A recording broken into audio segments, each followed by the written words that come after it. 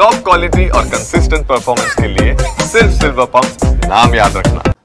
ಕೈ ನಾಯಕ ರಾಹುಲ್ ಗಾಂಧಿಗೆ ನಿಂದನೆ ಆರೋಪ. ಬಿಜೆಪಿ ಐಟಿ ಸೆಲ್ನ ಅಮಿತ್ ಮಾಳವಿಯ ವಿರುದ್ಧ ಎಫ್ಐಆರ್. ರಾಹುಲ್ ಗಾಂಧಿ ವಿರುದ್ಧ ಟ್ವೀಟ್ ಮಾಡಿದ್ರು ಮಾಳವಿಯ. ಮುನೀರ್ ರಾಹುಲ್ ಫೋಟೋ ಮಿಕ್ಸ್ ಮಾಡಿ ಟ್ವೀಟ್ ಮಾಡಿದ್ರು. ಹೈಗ್ರೌಂಡ್ಸ್ ಪೊಲೀಸ್ ಠಾಣೆಯಲ್ಲಿ ಎಫ್ಐಆರ್ ದಾಖಲಾಯಿತು. ಜಾಮೀನು ರಹಿತ ಸೆಕ್ಷನ್ ಅಡಿಯಲ್ಲಿ ಎಫ್ಐಆರ್ ದಾಖಲಾಗಿದೆ.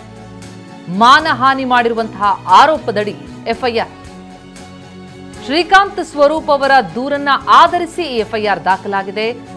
ಸೆಕ್ಷನ್ 192, 352 ಅಡಿ ಕೇಸನ್ನ ದಾಖಲಿಸಿಕೊಳ್ಳಲಾಗಿದೆ.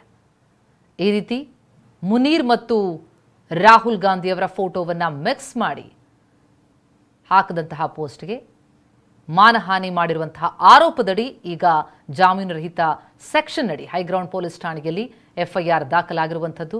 ಬಿಜೆಪಿ ಐಟಿ ಸೆಲ್ನ ಅಮಿತ್ ಮಾಳವಿಯ ವಿರುದ್ಧ ಈಗ ಎಫ್ಐಆರ್ ದಾಖಲಾಗಿದೆ.